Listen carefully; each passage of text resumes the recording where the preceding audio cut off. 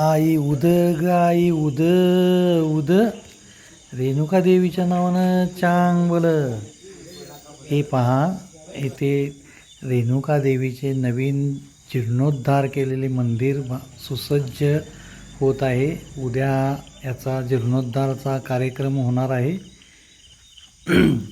तर यासाठी अन्न प्रसाद महाप्रसादाचं आयोजन केलेलं आहे.